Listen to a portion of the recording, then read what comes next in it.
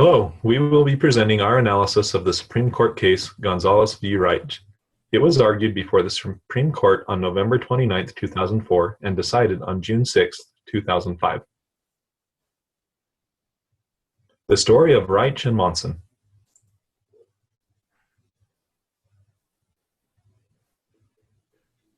Once upon a time, there lived two nice ladies in a land far away called California.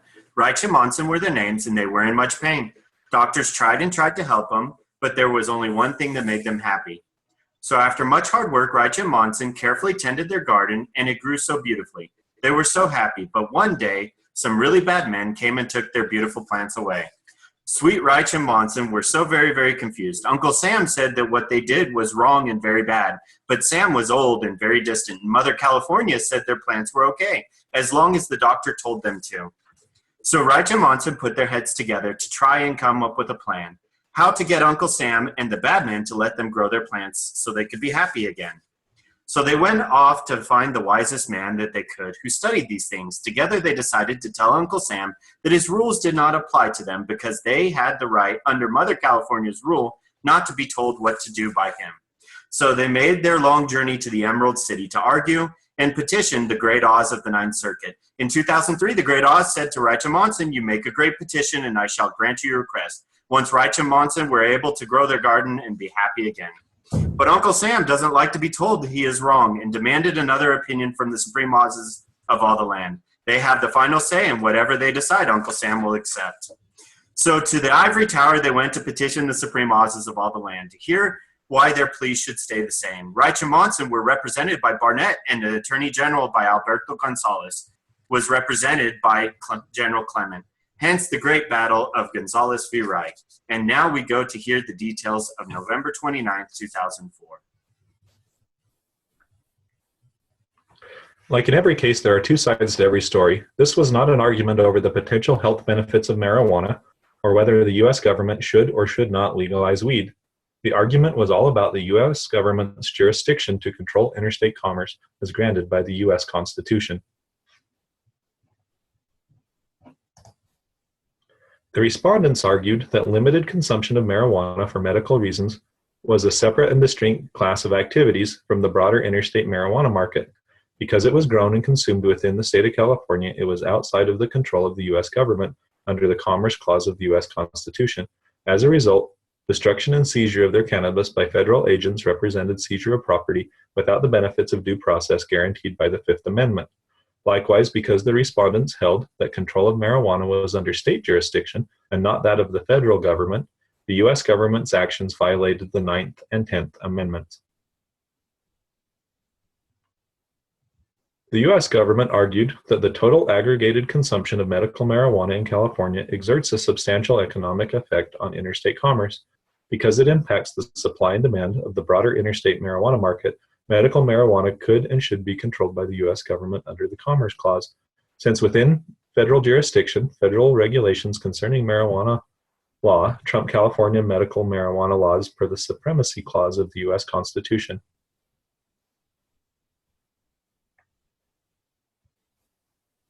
Previously, in the world of commerce, the government had broad control over interstate commerce. The Constitution laid the foundation for the Commerce Clause and the necessary and proper clause that were referenced in this case. As stated in the text, the Commerce Clause specifically grants Congress the power to regulate commerce among the states. In addition to acting as a broad source of federal power, the clause also implicitly restricts the state's power to regulate activities if the result obstructs or unduly burdens interstate commerce. Justice Scalia felt that the necessary and proper clause should be applied because he saw the personal marijuana cultivation in this case as a non-economic activity, but could see that it would lead to future impacts on economic interstate activities if left unaddressed. The Supreme Court did not choose to utilize the Controlled Substance Act, CSA, in its decision for this ruling, although it was what initially brought the action against the Attorney General by the respondents. The Supreme Court relied heavily on the precedents from the rulings in the United States v. Lopez, 1995, United States v. Morrison, 2000, and Wickard v. Filborn, 1942, as they pertain to the Commerce Clause. The Wickard ruling supports Congress's power to regulate the growth and consumption of marijuana, even in small quantities, because of its economic impact on interstate commerce if the act was aggregated. Specifically, the fact that marijuana grown without regulation could increase the demand, which would be in direct conflict with the CSA. The Lopez case was instrumental in breaking down the Commerce Clause into three facets of activities that Congress can regulate. First, channels of interstate commerce. Second, instrumentalities or persons or things in interstate commerce. And third, activities that substantially relate to or affect interstate commerce. The Morrison ruling was applied to show that the Commerce Clause may be used to grant Congress's authority to regulate acts that do not have an economic impact on interstate commerce. The act alone does not have to have a direct economic impact, but could amount to a significant one if the acts were left to amalgamate. This relates to the third of the activities outlined in the Lopez case. While there are many different compelling facts and feelings associated with the presentation of the case, the decision was based only upon whether the case of Gonzales V Raich was jurisdictional under the Commerce Clause, and if so, whether those rights were held federally or by the state in this situation. It was determined that under the Supremacy Clause that this indeed was a federal right in order for Congress to maintain a conformity with a national regulation. Justice John Paul Stevens said, "Neither the fact that the respondents used locally grown marijuana for medical rather than recreational purposes, nor the fact that their use for such purpose is permitted by California law justifies a constitutionally compelled exemption from the comprehensive regulatory scheme created by the Controlled Substances Act."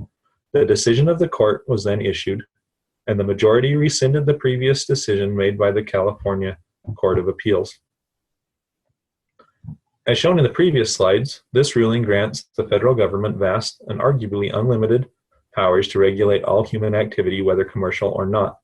Congress can argue under the Commerce Clause that any gainful personal activity may impact interstate commerce.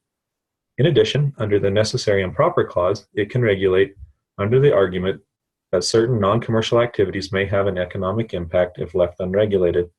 However, the consequences from this ruling have gone the opposite way. The number of states that have enacted Compassionate Use Acts, CUA, has increased since this ruling rather than decreased. In 2004, 9 states had enacted CUAs, whereas today the number has increased to 25 states. In addition to the CUA, 5 states have legalized recreational use, and more states are planning to vote on it this year. The executive branch has chosen not to enforce the CSA, even though it is required by the U.S. Constitution. Technically speaking, CSA is a valid law and has been upheld by the Supreme Court. The executive branch does have prosecutorial discretion, and it can choose not to prosecute cases due to limited resources of the U.S. Attorney's Office. The U.S. attorneys can choose not to prosecute cases that are not considered significant.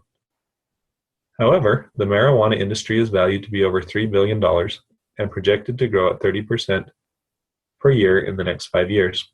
At this point, the CSA and Commerce Clause are failing to serve their purposes, which are to regulate controlled substances, market, and interstate commerce.